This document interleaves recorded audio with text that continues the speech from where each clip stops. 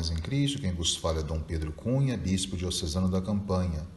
Hoje é domingo, dia 13 de março, e nós estamos celebrando o segundo domingo da Quaresma, cujo evangelho é o de Lucas 9, 28 a 36.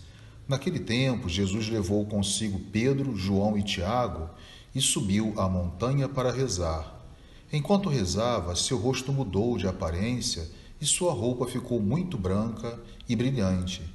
Eis que dois homens estavam conversando com Jesus, eram Moisés e Elias. Eles apareceram revestidos de glória e conversavam sobre a morte que Jesus iria sofrer em Jerusalém. Pedro e os companheiros estavam com muito sono. Ao despertarem, viram a glória de Jesus e os dois homens que estavam com ele. E quando estes homens se iam afastando, Pedro disse a Jesus: Mestre, é bom estarmos aqui. Vamos fazer 3 tendas, uma para ti, outra para Moisés e outra para Elias. Pedro não sabia o que estava dizendo. Ele estava ainda falando quando apareceu uma nuvem que os cobriu com sua sombra. Os discípulos ficaram com medo ao entrarem dentro da nuvem. Da nuvem, porém, saiu uma voz que dizia: Este é meu filho, o escolhido.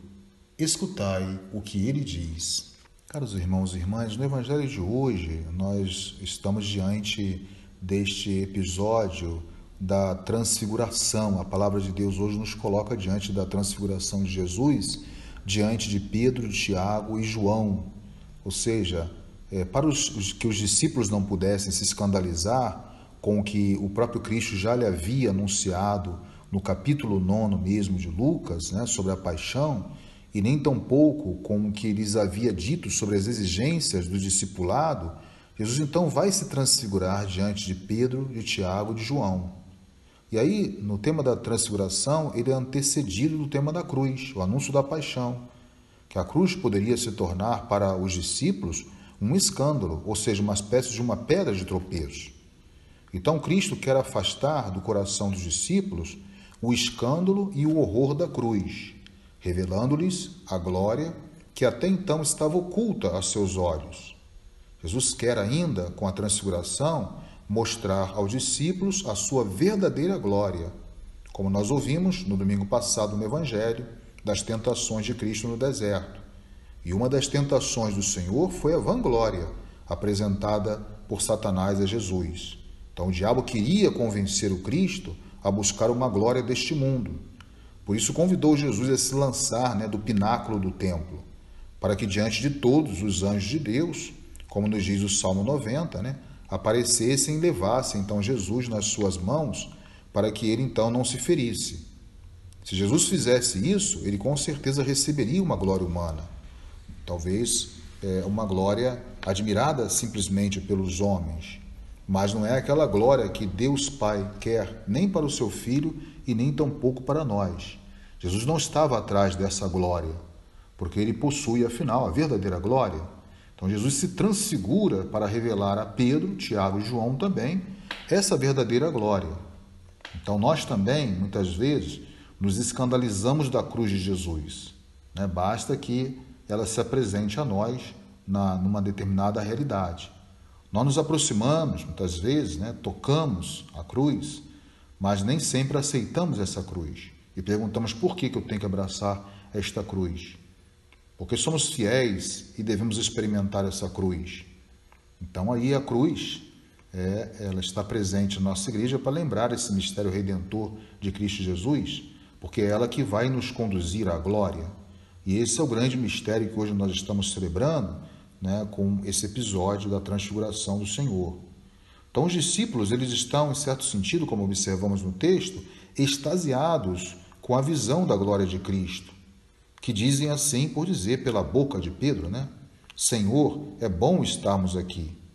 Então nós temos aí a imagem de uma nuvem luminosa que vai os cobrir, lembrando-lhes, portanto, aquela nuvem gloriosa que enchia a tenda da reunião quando Deus falava com Moisés e diz exatamente assim: Este é o meu filho, o escolhido, ouvi-o. Essa é a voz do Pai que nós relatamos e constatamos nesse Santo Evangelho. Ou seja, Nele nós também somos filhos amados. Assim, Jesus, nesse anúncio da paixão e, sem dúvida, também a experiência da transfiguração, ele se faz como um servo, ele quer se revelar como um servo obediente, e obediente até a morte. E nós somos chamados, então, a ser também servos obedientes, que sabem escutar a voz do seu Senhor, do seu Mestre. Ou seja, ouvir o Cristo é o caminho para a glória. Nós ouvimos na palavra da Escritura, né? Na liturgia da palavra de hoje. E nós ouvimos também no próprio ensinamento dos padres da igreja, e nós ouvimos também esta mesma palavra através dos nossos pastores, que tentam orientar e guiar também os fiéis a esse autêntico encontro com Cristo, interpretando que essa glória de Cristo é a cruz, é a doação de sua vida para nos resgatar. Aí temos também a imagem das vestes brancas, né? Brancas como a luz, e aí também a brancura dessas vestes de Cristo não era uma brancura terrena, mas uma cor do céu, ou seja, Cristo apareceu aos discípulos revestido de luz, porque na verdade ele mesmo é a luz, como já nos descreve o próprio evangelista João. Então Cristo alvejou assim, nesse sentido, né, mostrando que ele alvejou as nossas vestes no seu sangue, ele como sendo o Cordeiro de Deus, né, o sangue daquele que é a luz, que alvejou assim as nossas vestes. Então a nós cabe agora, né, um esforço para vivermos de acordo com essa veste, a veste da transfiguração, que nos remete à veste do nosso batismo. Então esse esforço aparece concretamente durante esse período da quaresma, né, exatamente através dos exercícios espirituais que nós fazemos e as práticas penitenciais, como o jejum, a oração e a própria esmola. A oração, o jejum e a esmola colocam assim o nosso amor próprio no seu devido lugar, ou seja, nos ensinando que Deus nos ama mais do que nós mesmos nos amamos. E por isso, aquilo que ele nos indica como caminho só pode ser infinitamente menor, né, do que o caminho, melhor do que o caminho que nós muitas vezes escolhemos.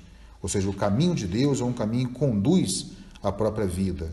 É um caminho no qual nós aprendemos o que é amar, ou seja, imitando a Cristo, que nos amou e não procurando assim o seu próprio benefício, né, mas nos amou dando-nos a vida. Então, somos chamados hoje a caminhar guiados pelo Espírito, ainda na continuidade desse deserto quaresmal, e tenhamos então o nosso espírito iluminado por esta palavra de Deus. O Senhor é minha luz e minha salvação. Então que venha sobre nós a vossa luz, Senhor, para que possamos caminhar contigo rumo à verdadeira glória que tens reservada para nós no teu reino, como nós iremos observar na segunda leitura da liturgia de hoje. Que possamos abandonar as trevas e a vanglória humana e procurar, a partir da imagem da transfiguração do Senhor, a luz de Cristo Jesus, que possa dissipar as trevas da nossa vida.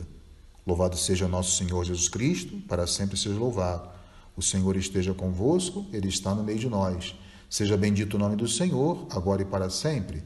A nossa proteção está no nome do Senhor, que fez o céu e a terra. Por intercessão da Virgem do Carmo e dos nossos beatos Padre Victor e Inha Chica, abençoe-vos o Deus Todo-Poderoso, Pai e Filho e Espírito Santo. Tenham todos um abençoado domingo. Da nuvem luminosa dizia uma voz: Este é meu filho amado.